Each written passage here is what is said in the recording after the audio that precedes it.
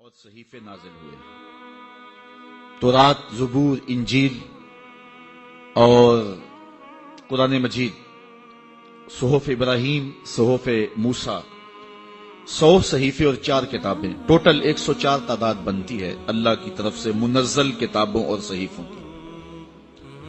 کسی کتاب کی حفاظت اللہ نے اپنے ذمہ کرم پہ نہیں لی۔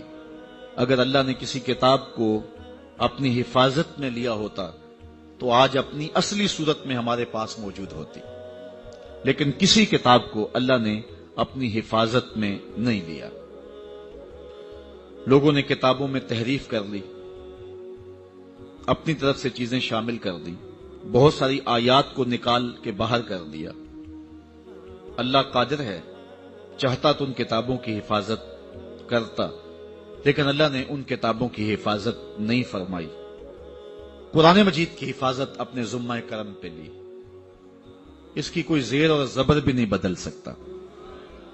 اگر قرآن مجید کی ذمہ داری اللہ نے نہ لی ہوتی تو اس وقت امہ جو کمزوری کی پوزیشن میں ہے، اور ٹیری جونز سے لے کر کے اوباما تک اسلام کی دشمنی کے اندر سارے لوگ پاگل ہو رہے ہیں، تو قرآن مجید کے اندر ضرور تبدیلی کر لیتے، انہیں جبے، امامے اور دستاروں والے لوگ بھی مل جاتے، ڈالروں کے اندر بکنے والے لوگ بھی انہیں میسر آ جاتے، اور کتاب کے اندر تحریف ہو جاتی۔ لیکن یہ اللہ کی حفاظت اور اس کا انتظام ہے کہ امریکہ اسلام کی دشمنی میں اور یہود و نصارہ اسلام کی دشمنی میں آخری حد تک پہنچ گئے ہیں، لیکن کسی مائی کے لال میں جرت نہیں ہے کہ قرآن کی زیر اور زبر کو بھی بدل سکے۔ یہ قرآن مجید کی صداقت کی دلیل ہے، اور اللہ تعالیٰ کی حفاظت کا پہرا ہے اس کتاب پر، کوئی بدل سکتا ہی نہیں ہے، کسی مائی کے لال میں جرت ہی نہیں ہے، کسی کے اندر ہمت ہی نہیں ہے۔ اللہ تعالیٰ نے اس کتاب کی حفاظت کے بہت سارے ظاہری طریقے بھی جو ہیں وہ اختیار فرمائے ہیں۔ ایک طریقہ یہ ہے کہ لاکھوں سینوں میں اس کتاب کو محفوظ کیا ہے۔ یہ جس دور سے ہم گزر رہے ہیں، یہ دور اسلام کے عروج کا دور نہیں ہے، یہ مسلمانوں کے زوال کا دور ہے۔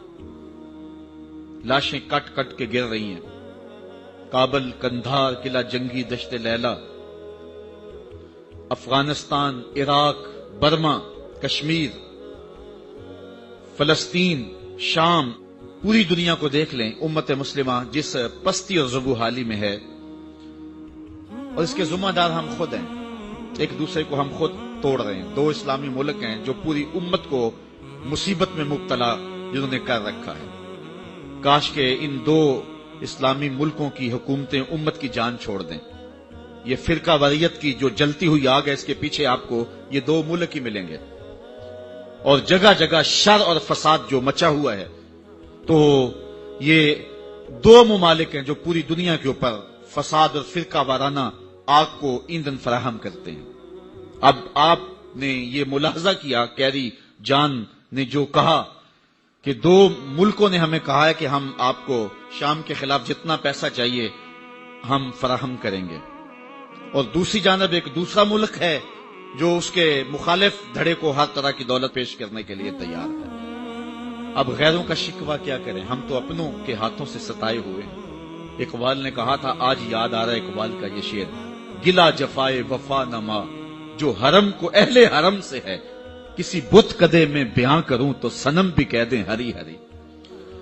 آج جو کچھ کر رہی ہیں مقدس ملکوں کے کار پرداز، اور جس طرح امت مسلمہ کو توڑا جا رہا ہے، یہ دردناک کہانی ہے۔ اللہ ہدایت دے یا صالح حکومت نصیب فرمائے جو امت کی وحدت کی ضمانت بن جائیں اور امت کو ایک پلیٹ فارم پہ جمع کر دیں۔ تو بات کر رہا تھا، یہ دور امت کے عروج کا دور نہیں ہے، یہ امت کے زوال کا زمانہ ہے۔ لیکن زوال کے زمانے میں بھی قرآن مجید کی حفاظت کا وہ اہتمام جو رب نے کیا ہے، سینوں میں محفوظ کرنے کا ایک ظاہری نظام، میں صرف اس مجلس میں ڈھونڈنے نکلوں تو مجھے درجنوں حفاظ اس مجلس سے مل جائیں گے جن کے سینے میں کتاب رحمت کا ایک ایک حرف لکھا ہوا ہے۔